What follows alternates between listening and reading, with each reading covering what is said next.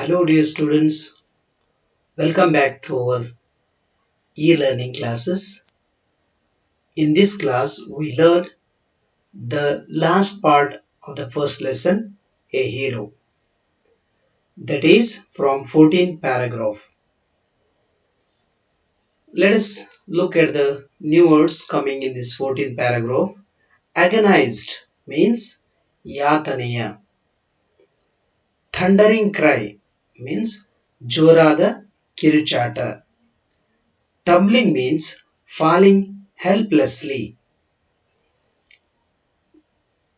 Burglar means a person who enters a building in order to steal. Means housebreaker, ಮನೆಗಳ್ಳ ಅಂತ ಅರ್ಥ. Let us start the 14th paragraph. Ayyo, something has bitten me.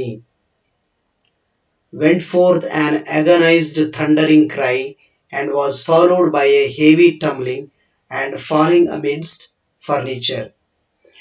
ಒಂದು ಜೋರಾದ ಆರ್ತನಾದ ಕೇಳಿ ಬರುತ್ತೆ. ಅಯ್ಯೋ, ಯಾವುದೋ ನನ್ನನ್ನ ಕಚ್ತು ಅಂತ.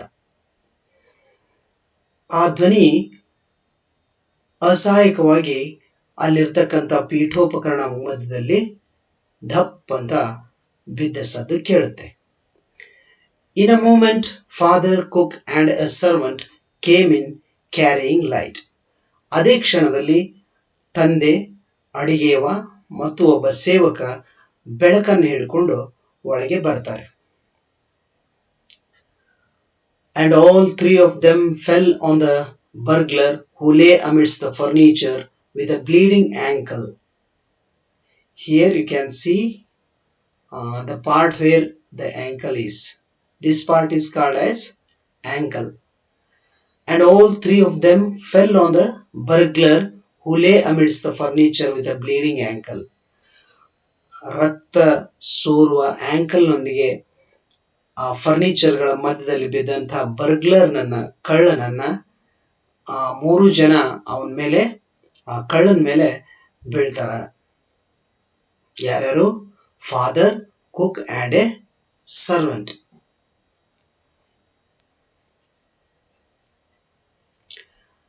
Fifteenth paragraph. Here the new words. Pat means ಬೆನ್ನು ತಟ್ಟು. Scout means one who is trained in doing act of public service. ಸಾರ್ವಜನಿಕ ಸೇವೆಯನ್ನ ಮಾಡಲಿಕ್ಕೆ ತರಬೇತಿ ಪಡೆದಂಥ ವ್ಯಕ್ತಿ. Notorious means evil minded, ಅಂದ್ರೆ ಕೆಟ್ಟ ಮನಸ್ಸಿನ. Grateful means ಆಭಾರಿಯಾಗಿರು, ಋಣಿಯಾಗಿರು ಅಂತ. 15th paragraph ನೋಡೋಣ. Congratulations were showered on Swami next day. ಮರುದಿನ ಸ್ವಾಮಿಗೆ ಶುಭಾಶಯಗಳ ಸುರಿಮಳೆ ಗರಿಯಿತು. His classmates looked at him with respect. ಅವನ ಸಹಪಾಠಿಗಳು ಅವನ ಕಡೆಗೆ ಗೌರವದಿಂದ ನೋಡಿದರು. And his teachers patted his back. ಮತ್ತೆ ಅವರ ಶಿಕ್ಷಕರು ಆತನ ಬೆನ್ನನ್ನ ತಟ್ಟಿದ್ರು. ಯಾರ ಬೆನ್ನನ್ನ? ಸ್ವಾಮಿಯ ಬೆನ್ನನ್ನ ತಟ್ಟಿದ್ರು. The headmaster said that he was a true scout. ಮತ್ತೆ ಮುಖ್ಯೋಪಾಧ್ಯಾಯರು ಹೇಳಿದ್ರು, ಇವನು ನಿಜವಾದ ಸ್ಕೌಟ್ ಅಂತ. Swami had bitten into the flesh of one of the most notorious housebreakers of the district and the police were grateful to him for it. ಸ್ವಾಮಿ ಆ ಜಿಲ್ಲೆಯ ಅತ್ಯಂತ ಕುಖ್ಯಾತನಾಗಿರ್ತಕ್ಕಂಥ ಒಬ್ಬ ಮನೆಗಳ್ಳನ ಕಾಲನ್ನ ಕಚ್ಚಿಬಿಟ್ಟಿದ್ದ. ಆದ್ದರಿಂದ ಆ ಪೊಲೀಸರು ಅವನಿಗೆ ಋಣಿಯಾದ್ರು ಅಂತ. 16th paragraph. The inspector said, "Why don't you join the police when you are grown up?" ನೀನು ದೊಡ್ಡವನಾದ್ಮೇಲೆ ಯಾಕೆ ನೀನು ಪೊಲೀಸ್ ಹುದ್ದೆಗೆ ಬರಬಾರ್ದು ಅಂತ ಇನ್ಸ್ಪೆಕ್ಟರ್ ಕೇಳಿದ್ರು. ಸ್ವಾಮಿ said, "For the sake of politeness, certainly yes." ಸ್ವಾಮಿ ಅವರಿಗೆ ನಮ್ರತೆಯನ್ನು ತೋರಿಸುವ ಕಾರಣಕ್ಕಾಗಿ ಖಂಡಿತವಾಗ್ಲೂ ಎಸ್ ಅಂತ ಹೇಳಿದ. Though he had quite made up his mind to be an engine driver, a railway guard or a bus conductor later in life. ಅವನು ಈಗಾಗಲೇ ತನ್ನ ಮುಂದಿನ ಜೀವನದಲ್ಲಿ ಒಬ್ಬ ಇಂಜಿನ್ ಡ್ರೈವರ್ ಆಗಬೇಕು, ಅಥವಾ ಒಬ್ಬ ರೈಲ್ವೆ ಗಾರ್ಡ್ ಆಗಬೇಕು, ಅಥವಾ ಒಬ್ಬ ಬಸ್ ಕಂಡಕ್ಟರ್ ಆಗಬೇಕು ಅಂತ ಮನಸ್ಸಿನಲ್ಲಿ ನಿರ್ಧರಿಸಿದ್ದ. ಆದಾಗ್ಯೂ ಸಹ ಅವರ ನಮ್ರತೆಯ ಕಾರಣಕ್ಕಾಗಿ, ಅವರಿಗೆ ವಿಧೇಯತೆಯನ್ನ ತೋರಿಸುವ ಕಾರಣಕ್ಕಾಗಿ ಸ್ವಾಮಿ ಪೊಲೀಸ್ ಡಿಪಾರ್ಟ್ಮೆಂಟ್ಗೆ ನಾನು ಸೇರ್ತೀನಿ ಅಂತ ಅವ್ರಿಗೆ ಇನ್ಸ್ಪೆಕ್ಟರ್ಗೆ ಹೇಳಿದ. ಇಲ್ಲಿ ಸರ್ಟನ್ಲಿ ಮೀನ್ಸ್ ಖಂಡಿತವಾಗಿಯೂ ಅಂತ. 17th paragraph. When he returned home from the club that night, ಇಲ್ಲಿ he means ಸ್ವಾಮಿ's father. ಸ್ವಾಮಿಯವರ ತಂದೆ ಅವತ್ತು ರಾತ್ರಿ ತಮ್ಮ ಕ್ಲಬ್ನ ಎಲ್ಲ ಕಾರ್ಯಗಳನ್ನ ಮುಗಿಸಿ ಮನೆಗೆ ಹಿಂದಿರುಗಿದಾಗ ಫಾದರ್ ಆಸ್ಟ್, ಅವ್ರ ತಂದೆ ಕೇಳಿದ್ರು, ವೇರ್ ಇಸ್ ದ ಬಾಯ್, ಆ ಹುಡುಗ ಎಲ್ಲಿ? ದ ಬಾಯ್ ಮೀನ್ಸ್ ಸ್ವಾಮಿ. ಹಿ ಈಸ್ ಅಸ್ಲೀಪ್, ಅವನು ಆಗಲೇ ಮಲಗಿದ್ದಾನೆ ಅಂತ ಹೇಳಿದ್ರು. ಆಲ್ರೆಡಿ ಆಗ್ಲೇ ಮಲಗಿದ್ನ ಅಂತ ಅವ್ರ ತಂದೆ ಮತ್ತೆ ಕೇಳಿದ. He didn't have a wink of sleep the whole of last night said his mother.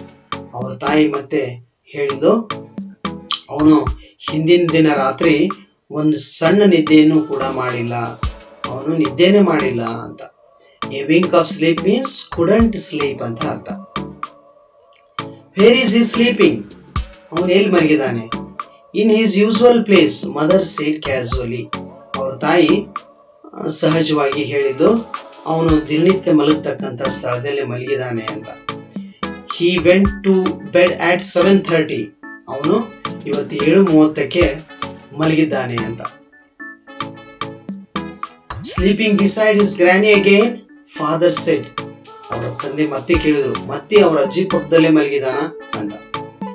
No wonder he wanted to be asleep before I could return home. Clever boy.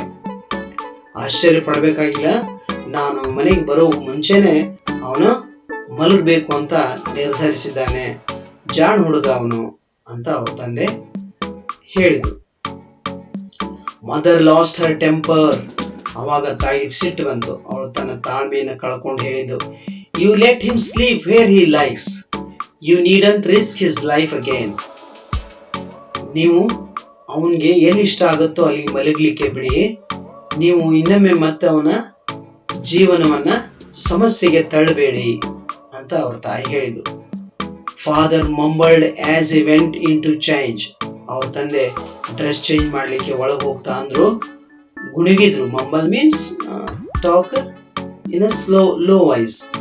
All right, ಆಯ್ತು ಹಾಗಾದ್ರೆ, mollycoddle and spoil him as much as you like. ಮತ್ತೆ ಅವನು mollycoddle ಆಗಿದ್ದಾನೆ ನಿಮ್ಮ ಕೈಯಲ್ಲಿ ಅಂತ. Mollycoddle means treat someone very kindly and protect the person too much from anything unpleasant.